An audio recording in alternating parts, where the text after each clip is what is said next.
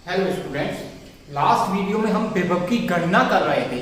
तो वहां पे हमने एक तो गोलीय कोष के कारण विभव की गणना की थी और दूसरा पढ़ा था चालक गोले के कारण विभव। और वहां पे हमने ये देखा था कि जो गोलीय कोष है और चालक गोला है उन दोनों के कारण विभव एक समान आता है। अब हम यहाँ पे किसको ले रहे हैं? अब हम यहाँ ले रहे हैं आवेशित अचालक गोला। का मतलब जो गोला है वो कैसा है? अचालक है, कुचालक है और इसको हमने आवेशित किया हुआ है। तो सबसे पहले हम एक आवेशित गोला लेते हैं और ये गोला हमारे लिए कैसा होना चाहिए? ये कुचालक होना चाहिए। हमने माना कि इसकी त्रिज्या है कैपिटल R और इस पर आवेश इसके अंदर भी वितरित होगा इसके आयतन में और इसकी सतह पर भी वितरित होगा, क्योंकि ये गोला कैसा है? कुचालक है। तो कुचालक गोले को हम जिस जगह पर आवेश देंगे वह आवेश उसी जगह पे रुका रहेगा, वह आगे मूव नहीं कर सकता, चल नहीं सकता कुचालक गोले में। और इसकी सतह पर भी आवेश इस तरह से वितरित होगा जो इसके आयतन में एक समान रूप से वितरित है। तो ये हमने देखा कि इस गोले की जिसका केंद्र O है, त्रिज्या कैपिटल R है, इसको हमने कितना आवेश दे दिया? Capital Q। और ये गोला कुचालक है, तो कुचालक है तो इसके अंदर भी आवेश होगा और इसकी सतह पर भी आवेश होगा। अब हमें इसके कारण विभव की गणना करनी है और विभव की गणना करने के लिए हम एक फॉर्मूला यूज कर रहे थे। लास्ट वीडियो में हमने यूज भी किया था, V is equal to minus integration, जिस पॉइंट से हम लेके आ रहे हैं और जिस पॉइंट पर रख रहे हैं वहां तक की लिमिट्स लेके उसका इंटीग्रेशन। और यहां पर यूज करते थे हम E vector dot dl vector या फिर dr वेक्टर। इस तरह से हम विभव की गणना कर रहे थे। तो हमने देखा कि विभव की गणना के लिए हमें एक तो चाहिएगा विद्युत क्षेत्र, दूसरी चीज चाहिए हमें dr अल्पांश और एक चीज और चाहिएगी कि हम किस पॉइंट से और किस पॉइंट तक जा रहे हैं। ये हमें इन तीनों चीजों को पता करना होगा इस कुचालक गोले के लिए कि हम पहली चीज तो क्या कि हम कहां से और कहां तक जा रहे हैं Q नॉट आवेश को लेकर के, दूसरी चीज वहां पे विद्युत क्षेत्र कितना है और तीसरी चीज अल्पांश क्या है और अल्पांश की दिशा क्या है। तो देखिए स्टूडेंट्स, हम स्टार्ट करते हैं। तो सबसे पहली चीज तो हमें विद्युत क्षेत्र चाहिए। अब आप देख सकते हो कि ये जो कुचालक गोला हम ले रहे हैं इस पर हम तीन हिस्सों में इसको बांट करके विभव की गणना कर सकते हैं, या फिर हम कहें कि यह जो गोला है यह पूरे त्रिभुज को तीन हिस्सों में बांटता है, जैसा कि हमने चैप्टर नंबर 2 में देखा था। एक हिस्सा तो इस गोले से बाहर का, एक हिस्सा इस गोले की सतह वाला और एक हिस्सा इस गोले के अंदर। तो इन तीनों जगहों पर विद्युत क्षेत्र अलग अलग होगा। हम पहले भी देख चुके थे। तो वो अलग अलग जो विद्युत क्षेत्र होता है इन तीनों जगह पर वो क्या होता है? तो हमने देखा था किसी, अब यहां पे हम इसे लिखते हैं, माना एक कैपिटल R त्रिज्या का तथा केंद्र O वाला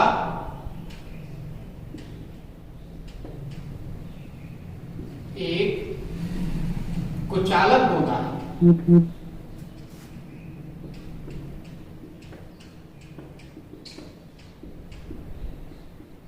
जिस पर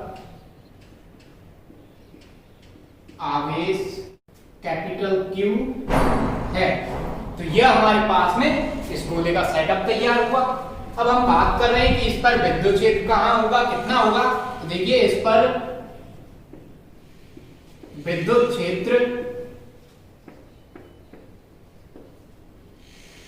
निम्न होगा।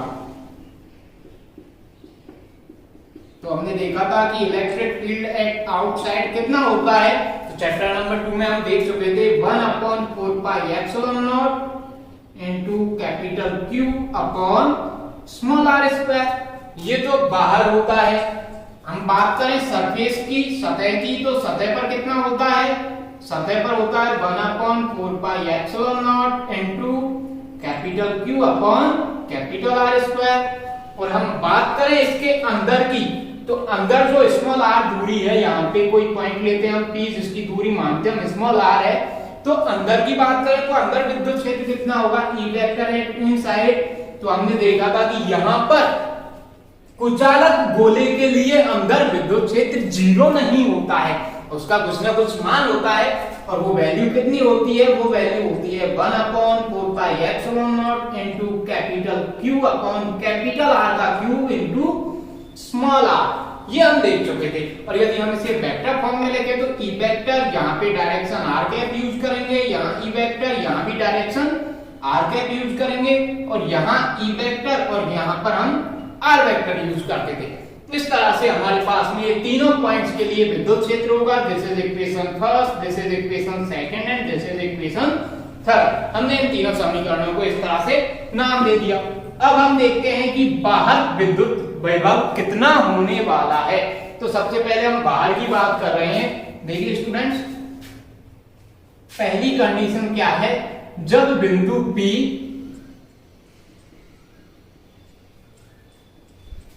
कुचालक गोले के कहां है, बाहर है।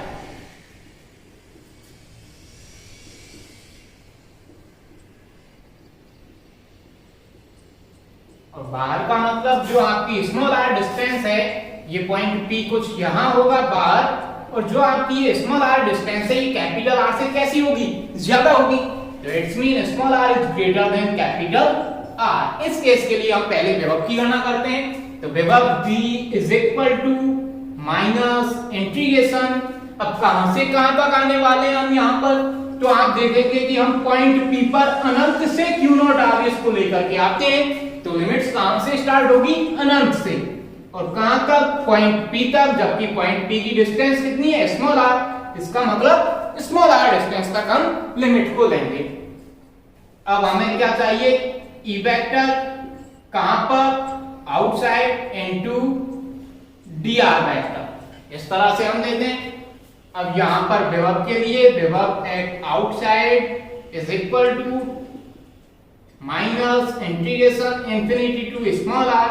ई वेक्टर की वैल्यू समीकरण 1 से पुट करेंगे हम, कितनी आने वाली है, 1/4πε0 into capital Q upon small r square dot r cap dot dr vector. और अब देखेंगे आपकी जब हम r कैप और dr वेक्टर को दोनों को डॉट प्रोडक्ट करने वाले हैं, तो डॉट प्रोडक्ट करेंगे तो यहाँ पे क्या आने वाला है, mod of r cap dot mod of dr into cos of theta. तो आप देख सकते हैं यहाँ पे जो थीटा है, ये तो हो गया हमारे पास में ए वेक्टर का मॉड, ये हो गया बी वेक्टर का मॉड और cos थीटा। ए वेक्टर डॉट बी वेक्टर को हम ऐसे ही लिखते थे, ए बी cos थीटा। तो जब हम अनंत से इंफिनिटी से पॉइंट P की तरफ आ रहे हैं और dr अल्पांश हम यहां पर ले रहे हैं, तो dr वेक्टर की डायरेक्शन भी यही है, और आप देख रहे हैं कि r वेक्टर की डायरेक्शन भी इसी दिशा में है। इसका मतलब r कैप की डायरेक्शन भी यही होगी। तो दोनों की दिशा क्या है, 0 है। तो चूंकि यहां जो r कैप है तथा ये जो dr वेक्टर है, इन दोनों की दिशा कैसी है, समान है। दोनों की दिशा समान है, और जब दोनों की दिशा समान है तो theta is equal to 0 degree होगा। और जैसे ही हम cos थीटा की जगह 0 वैल्यू पुट करेंगे तो cos 0 की वैल्यू क्या हो जाएगी, 1। और मॉड ऑफ r कैप कितना होने वाला है, अच्छा cos 0 तो हो गया 1, इसका मतलब इसकी वैल्यू तो हो गई कितनी, 1। अच्छा इसको हम यहाँ पे लिख ही लेते हैं एक बार, b at outside is equal to, तो यहाँ पे इसको ऐसे लिखते हैं हम कि जो cos ऑफ 0 है उसकी वैल्यू क्या होगी, 1। और हम जब r कैप का मॉड लेते हैं, मतलब r कैप क्या है, एकांक सदिश, और एकांक सदिश का परिमाण कितना होने वाला है, तो एकांक सदिश का परिमाण होता है 1। तो आपको पता चला कि जो मॉड ऑफ r कैप है उसका मान 1 हो गया, और cos थीटा का मान भी कितना हो गया, 1। तो क्या रहा हमारे पास में, केवल dr। तो हम इसको ऐसे लिख सकते हैं, b at outside is equal to minus integration infinity to, अच्छा जो कॉमन आ रहा है उसे लिख लेते हैं, जिसका हमें इंटीग्रेशन नहीं करना है, जो कांस्टेंट टर्म है। तो कांस्टेंट टर्म क्या है हमारे पास में, 1/4πε0, इसको बाहर लिख लिया, इनटू Q भी हमारे पास में कांस्टेंट टर्म है, इसको बाहर लिख लिया। इंटीग्रेशन करना है हमें इंफिनिटी टू स्मॉल r, और क्या रह गया हमारे पास, तो ये तो गया अब हमारे पास में रहा था R cap dot dr vector, और इसको हमने ओपन किया तो हमने देखा था कि मॉड ऑफ आर कैप और cos थीटा इनकी वैल्यूज क्या थी 1, तो ये गई, क्या बचा केवल dr, तो ऊपर तो बचता है dr और नीचे क्या बचा हुआ है आर स्क्वायर।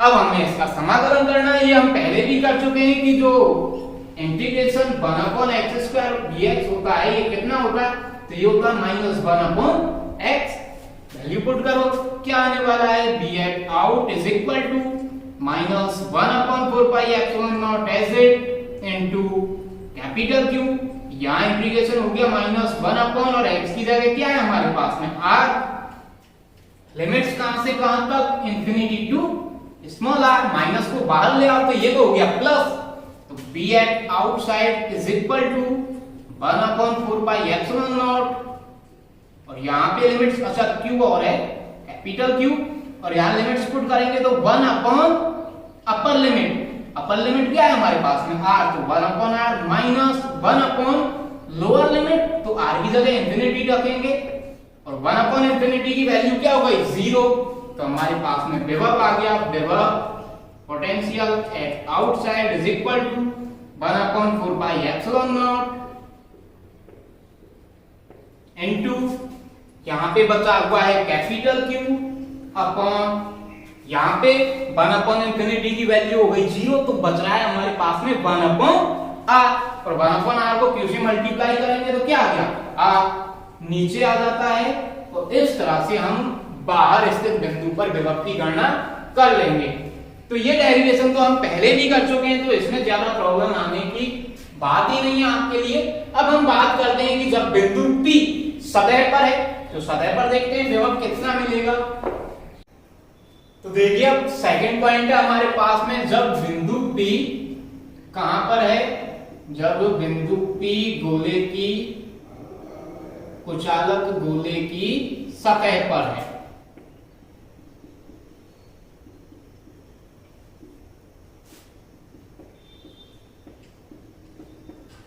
तो इस कंडीशन में क्या होने वाला है, तो इस कंडीशन में हम पॉइंट P को यहां लेकर के आएंगे इसकी सतह के ऊपर, सरफेस के ऊपर, तो पॉइंट P की केंद्र O से दूरी कितनी हो जाएगी, कैपिटल R त्रिज्या के बराबर हो जाएगी, तो इट्स मीन जो दूरी है स्मॉल r वो कितनी हो जाएगी, कैपिटल R हो जाती है। तो अभी हमने वो विभव का जो समीकरण देखा था यहाँ पे, उसे हम दे देते हैं इक्वेशन नंबर 4, और उस समीकरण 4 से कितना आएगा, ये समीकरण 4 से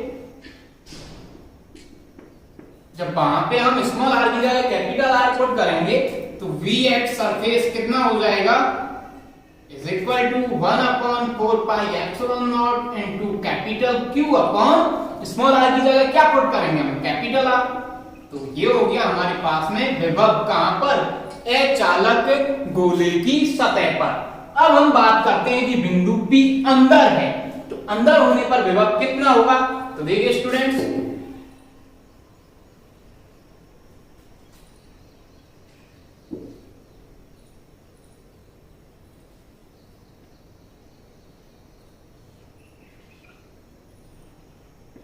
मान लेते हैं कि यहां पर इस पॉइंट P पर हमें विभव की गणना करनी है और इसकी दूरी है कितनी, स्मॉल r।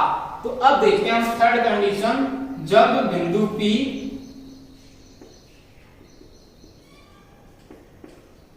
गोले के अंदर स्थित है, तो इस सिचुएशन में विभव कितना होगा, इट्स मीन जो आपकी डिस्टेंस है स्मॉल r, बिंदु P की दूरी है स्मॉल r, वो कैपिटल R से कैसी होगी, कम या ज्यादा, तो आप देख सकते हैं कैपिटल R से ये कैसी होगी, कम होगी। तो इस कंडीशन के लिए अब हम विभव की गणना करने वाले हैं, तो ध्यान दीजिए आप इस पर, हमने पहले भी जब हम गोलीय कोष पढ़ रहे थे वहां पर भी हमने अंदर स्थित बिंदु पर विभव की गणना की थी। तो वहां पे हमने कैसे किया था, हम आवेश को लेकर चले थे अनंत से और पहले लेकर के आते हैं इसकी सतह तक, तो यहां तक लाने में हमने कितना कार्य किया, प्लस यहां से और यहां तक पहुंचने में हमने कितना कार्य किया, मतलब कि सतह से बिंदु P तक पहुंचने में हमने कितना कार्य किया, इन दोनों कार्यों का योग करके हम विभव की गणना करते थे। ऐसे ही हम यहां पर करने वाले हैं। हम क्या करेंगे, किसी आवेश को अनंत से लेकर के चलेंगे और कहां तक, पहले हम सतह तक आएंगे, इट्स मीन कैपिटल आर दूरी तक आएंगे और उसके बाद में सतह से मतलब कि कैपिटल आर दूरी से स्मॉल आर दूरी तक आते हैं। तो हम इसको कितने हिस्सों में बांट करके विभव की गणना करने वाले हैं, 2 हिस्सों में बांट करके। तो यहां विभव की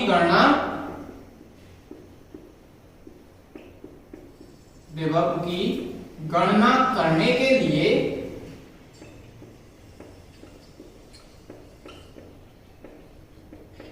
हम 2 भागों में विभव की गणना करेंगे।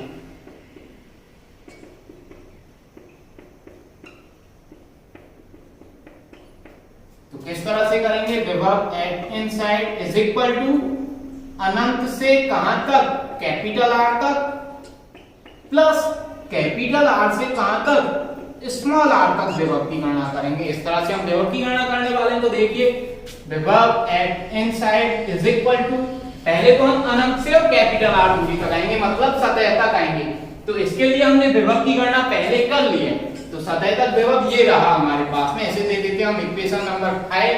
तो समीकरण 5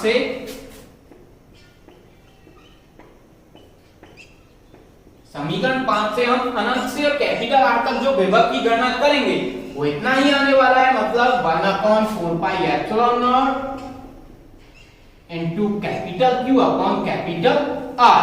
ये तो आ गया अनंत से और सतह तक विभव। अब हमें क्या करना है, अब हम सतह से अंदर जाएंगे और कैपिटल R स्मॉल r दूरी तक आते हैं। तो देखिए इसके लिए हम क्या करेंगे, इसके लिए हम विभव की गणना कैसे करते हैं, तो माइनस इंटीग्रेशन कहां से कहां तक, अब हमारे कैपिटल R से स्मॉल r तक, तो capital R to small r limits, और फॉर्मूला होता है हमारे पास में विभव का E vector dot dr vector. तो यहां पर जो E वेक्टर है वो कौन सी E वेक्टर होगी, कौन सा विद्युत क्षेत्र होगा, बाहर वाला, सतह वाला या अंदर वाला। तो हम बात कर रहे हैं कैपिटल R के बाद, कैपिटल R के बाद इधर वाली अंदर वाली कंडीशन के लिए। तो विभव यहाँ पे जो विद्युत क्षेत्र होगा वो कौन सा होगा, अंदर वाला काम में आने वाला है। और अंदर वाला विभव हमने देखा था यहाँ पे इक्वेशन नंबर 3 में लिखा हुआ था। तो वहां से हम इसकी वैल्यू पुट करते हैं। तो समीकरण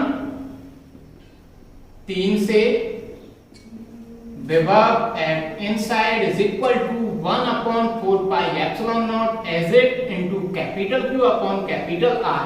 ये आगे वाली टर्म तो ऐसे के ऐसे रहेगी, minus integration capital R to small r और E वेक्टर एट इनसाइड। तो अंदर विद्युत क्षेत्र कितना था, अभी हमने देखा था समीकरण 3 में, वो है 1/4 pi epsilon naught into capital Q upon capital R का क्यूब डॉट R वेक्टर और डॉट साथ में और कौन है, dr वेक्टर। फिर से R vector dot dr vector को खोलेंगे हम, तो क्या आने वाला है, वही mod of R mod of dr और cos ऑफ थीटा। तो हमें थीटा की यहां भी जरूरत पड़ने वाली है। तो आप देखेंगे जब हम अंदर आ रहे हैं और यहां पर dr अल्पांश ले रहे हैं, तो dr वेक्टर की डायरेक्शन भी यही है और r वेक्टर की डायरेक्शन भी यही है, तो दोनों की दिशा एक जैसी है। तो यहां r वेक्टर तथा dr वेक्टर दोनों की दिशा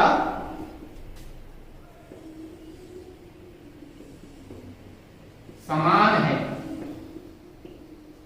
तो थीटा की वैल्यू क्या होगी, 0 डिग्री।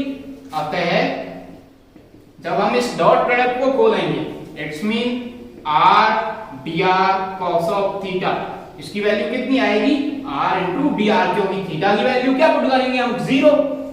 तो cos 0 की वैल्यू हो गई 1, तो ये तो गया 1, मतलब 1 से मल्टीप्लाई करेंगे तो क्या बचा, r और dr बचते हैं। तो इनके परिमाण हम r और dr लेंगे यहाँ पर। तो देखिए b at inside is equal to 1/4 pi epsilon naught as it into capital Q upon capital R। ये भी ऐसे कैसे ही आ जाएगा, माइनस जो कांस्टेंट है उसको बाहर निकाल के रख देते हैं। तो 1/4 पाई एप्सिलॉन नॉट कांस्टेंट है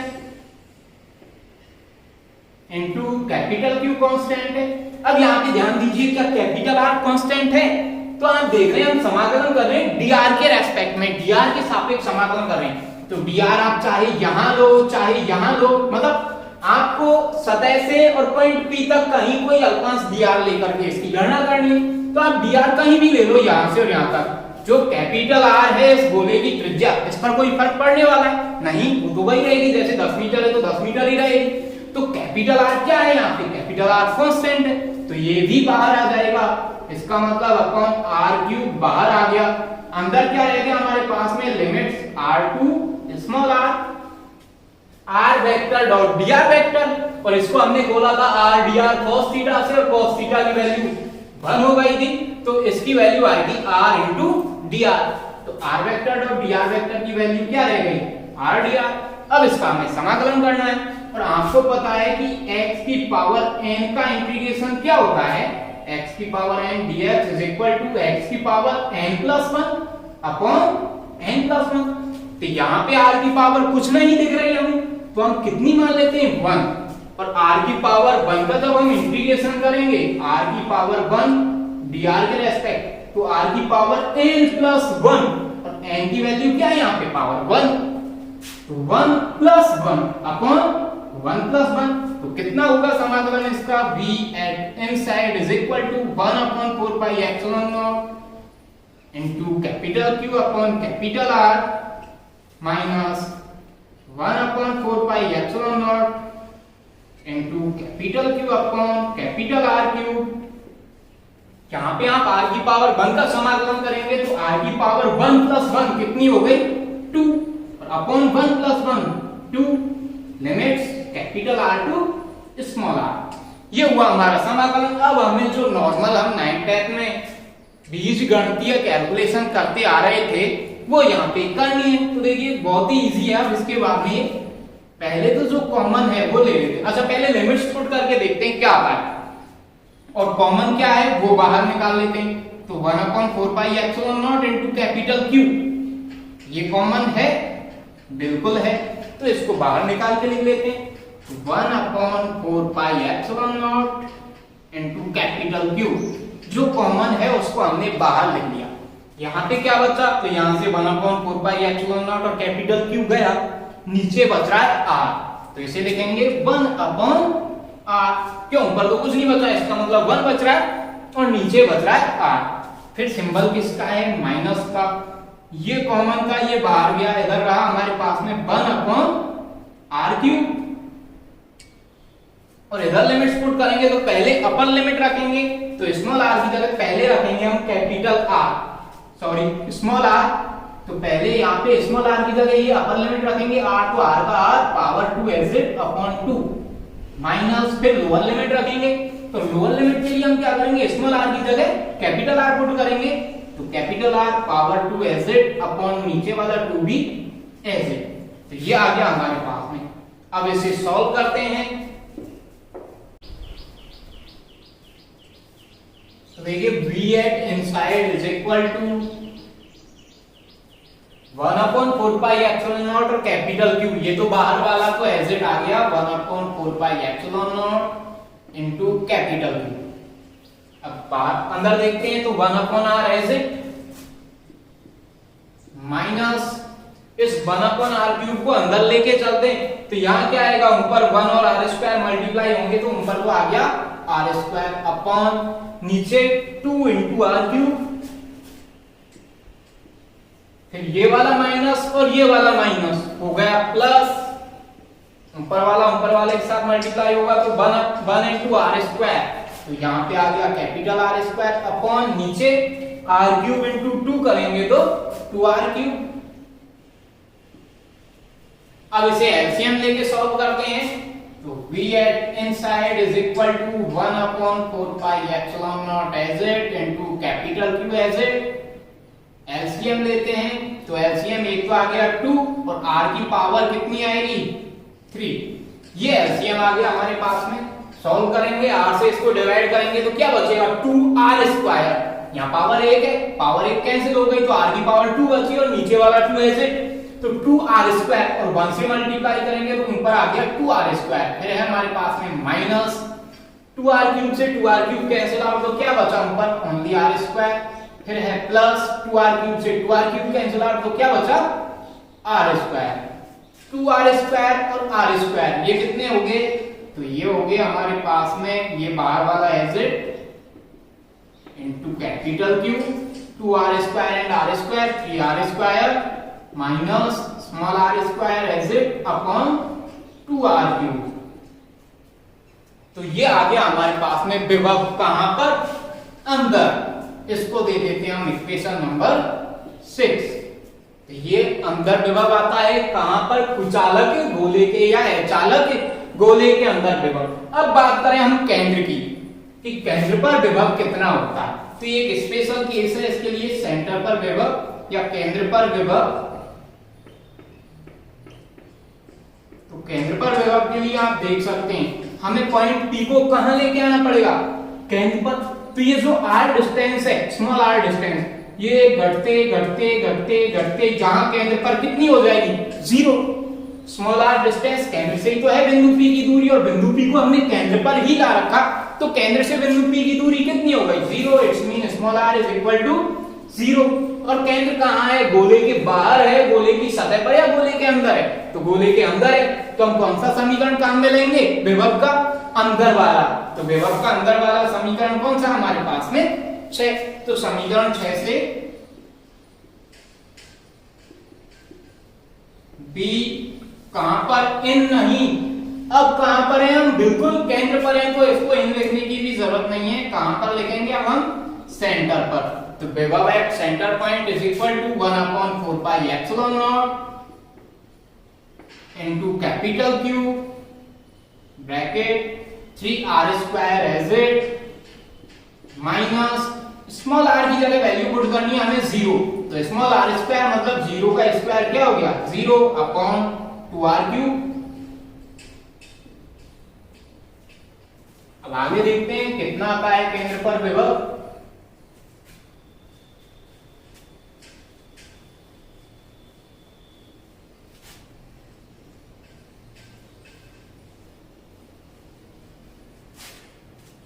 तो देखिए विभव at center is equal to 1/4 pi epsilon naught into capital Q as it, पर अंदर बचेगा हमारे पास में 3r² माइनस 0। तो क्या बचा, 3r² अपॉन नीचे बच रहा है 2r³। देखिए काटापीटी कर लेते हैं, जो कट रहा है कैंसिल हो रहा है उसे करते हैं कैंसिल। तो r की पावर 2 और यहाँ r की पावर कितनी है, 3, कैंसिल हो जाएगी। तो नीचे बचेगी r की पावर 1। तो क्या बचा, V at center is equal to, ये 3/2 जो लिखा हुआ है यहाँ पर, इसे लिख लेते हैं हम आगे, 3/2 इंटू 1/4 पाई एप्सिलॉन नॉट, इसको लिखा, इंटू कैपिटल Q को लिखा, और यहाँ पे 3/2 तो गया, तो r की पावर 2 से r की पावर 3 को काट दिया था हमने, तो नीचे बच रही थी r की पावर 1, उसे हम यहाँ पे लिख लेते हैं। तो आप देखेंगे ये किसका विभव है, आप देखिए समीकरण नंबर 5 में जब हम गोले की सतह पर विभव निकालते हैं तो क्या वो इतना ही आता है, बिल्कुल इतना ही आता है। तो समीकरण 5 से हम यहाँ वैल्यू रखें, तो विभव कहां पर, केंद्र पर इज इक्वल टू 3/2 इनटू, इसको क्या लिख सकता हूं मैं, ऐसे लिख सकता हूं, विभव कहां, सरफेस पर, मतलब सतह पर।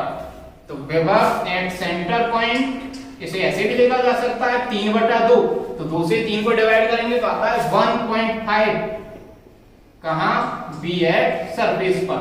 तो आप देख सकते हैं कि जो केंद्र पर विभव है वो सतह पर विभव का 1.5 गुना मतलब 1.5 गुना होता है। तो जैसे कि सतह पर विभव है आपके पास में 20 वोल्ट, तो केंद्र पर कितना हो जाएगा, 20 का 1.5 गुना। 1.5 गुना का मतलब केंद्र पर हो गया कितना, 30 वोल्ट। तो ये इनमें संबंध होता है B एट सेंटर और B एट सरफेस में। और ये कहां पर विभव है, ये हमारा विभव है कहां, केंद्र पर। इसे दे देते हैं हम इक्वेशन नंबर 7 और इसे दे देते हैं इक्वेशन नंबर 8। और यहां पे हम देख सकते हैं आता है केंद्र पर विभव सतह पर विभव का कितना होता है, 1.5 गुना होता है। ये हमारे पास में जो विभव की कैलकुलेशन थी, विभव की गणना थी एक अचालक आवेशित गोले के लिए, वो कंप्लीट होती है। अब हम ग्राफ बना के देख लेते हैं कि दूरी में और विभव में ग्राफ क्या आता है आवेशित अचालक गोले के लिए। तो ये हमारे पास में लास्ट टॉपिक है। तो ये हमने एक अचालक आवेशित गोले के लिए विभव की कंडीशंस देखी थी। विभव बाहर कितना होता है, सतह पर कितना होता है, अंदर कितना होता है और केंद्र पर कितना होता है। तो इनके हिसाब से हम ग्राफ बनाते हैं। बी एट आउट बाहर मतलब जो स्मॉल आर है वो क्या होगी, कैपिटल आर से बड़ी होगी। सरफेस पर स्मॉल आर किसके बराबर होगी, कैपिटल आर के। अंदर स्मॉल आर कैपिटल आर से छोटी होगी और यहाँ पर केंद्र पर स्मॉल आर की वैल्यू क्या होगी, 0 होगी। ये हम देख चुके हैं। अब अच्छा इसका ग्राफ देखते हैं। ये आपको लिखने की जरूरत नहीं है, आप सीधे ग्राफ बनाएंगे। कॉपी के अंदर आपने ये पूरा डेरिवेशन कर लिया है। तो यहाँ पे देखिए हम ग्राफ बनाते हैं। एक तरफ लेने वाले हम विभव को और दूसरी तरफ लेने वाले हम दूरी r को। ये कहां पर, ये तो केंद्र कैपिटल O। जब हम दूरी बढ़ाएंगे मतलब स्मॉल r का मान बढ़ाएंगे तो केंद्र से ऐसे बोलेंगे, केंद्र से बढ़ते हुए जैसे ही हम जाएंगे तो आगे चल करके जो दूरी स्मॉल r है किसके बराबर हो जाएगी, त्रिज्या कैपिटल R के। तो माना त्रिज्या कैपिटल R के बराबर यहां पर हो जाती है और उसके बाद में जो स्मॉल r है वो कैपिटल R से कैसी हो जाएगी, बड़ी। इसका मतलब हम गोले से कहां गए, बाहर गए। यहां पर कैपिटल R है मतलब स्मॉल r किसके बराबर है, कैपिटल R के। और ये कौन सी कंडीशन है, ये पॉइंट है आपकी सतह वाला। जब आपका बिंदु P कहां पर है, सतह पर, तो दूरी स्मॉल r किसके बराबर होगी, कैपिटल R के। अंदर की बात करते हैं तो स्मॉल r कैपिटल R से कैसी होगी, छोटी। और ये हो गया केंद्र। अब हम जो सतह पर विभव ले रहे हैं वो है ये 1/4πε0 into capital Q upon capital R। यहाँ पे आप देख सकते हैं ये सभी चीजें कांस्टेंट है। क्यों, 1/4πε0 कांस्टेंट है, 4 कांस्टेंट, पाई 3.14 या 22/7 कांस्टेंट, ε0 की वैल्यू भी कांस्टेंट। कैपिटल Q हमने जो गोले को आवेश दिया है वो भी कांस्टेंट है। हमने 20 कूलम दे दिया तो 20 कूलम भी है, चाहे हम बाहर हैं, अंदर हैं, कहीं पर भी हैं। ये कैपिटल R त्रिज्या, गोले की कैपिटल R जो त्रिज्या है वो भी कांस्टेंट है। इसका मतलब जो सतह पर विभव है वो भी कांस्टेंट है। तो चाहे वो 20 वोल्ट है तो फिर 20 वोल्ट ही रहेगा, 50 वोल्ट है तो 50 वोल्ट ही रहेगा। वो मान लेते हैं हम यहां पर है। तो ये सतह वाला विभव है जो कितना है, V = 1/4πε0 into capital Q upon capital R। तो अब हम ग्राफ बनाते हैं। देखिए पहले हम बाहर की बात करते हैं कि जब बिंदु P कहां पर है, गोले के बाहर है। तो गोले के बाहर है तो क्या होगा, आप देख सकते हैं जब बिंदु P गोले के बाहर है तो आपका विभव R के कैसा है, दूरी के व्युत्क्रमानुपाती है। तो बाहर मतलब कैपिटल R से ज्यादा इधर की तरफ आपका ग्राफ कैसा बनेगा, व्युत्क्रमानुपाती वाला। तो इधर व्युत्क्रमानुपाती वाला ग्राफ बना देते हैं हम, ये बन गया। अब बात करते हैं हम सतह पर। तो सतह पर विभव इतना है, तो सतह पर विभव वाला पॉइंट ये हो गया। अब हम चलते हैं गोले के अंदर, मतलब small r is less than capital R, अंदर की तरफ। तो अंदर की तरफ जैसे जैसे हम जाएंगे तो केंद्र पर विभव सतह के विभव का कितना हो जाता है, 1.5 गुना हो जाता है। तो जैसे यहाँ पे 2 है तो यहाँ 3 हो जाएगा केंद्र पर विभव। 1.5 गुने का मतलब इसके 3 इसके 2 हिस्से करो बराबर बराबर, ये पूरा a और इसका आधा और प्लस, तो 1.5 गुना इतना हो गया। तो केंद्र पर विभव ये होगा बी एट सेंटर, जो कितना है 1.5 गुना है किसका, सरफेस के विभव का। तो जब हम स्मॉल r 0 लेते हैं इसका मतलब हम पॉइंट ऊपर होते हैं तो विभव यहां होगा हमारा। तो इसको और इस पॉइंट को मिलाते हैं तो ग्राफ कुछ इस तरह से बनने वाला है। तो ये हमारे पास में विभव और दूरी में ग्राफ बनेगा जो ऐसे होगा। यहाँ पे व्युत्क्रमानुपाती वाला होगा और यहाँ ध्यान रखना है आपको नॉक नहीं बनानी है, इस ग्राफ को ऐसे घुमावदार ही रखना है। इस पॉइंट पर यहाँ कहीं आप ऐसे नॉक बना दें।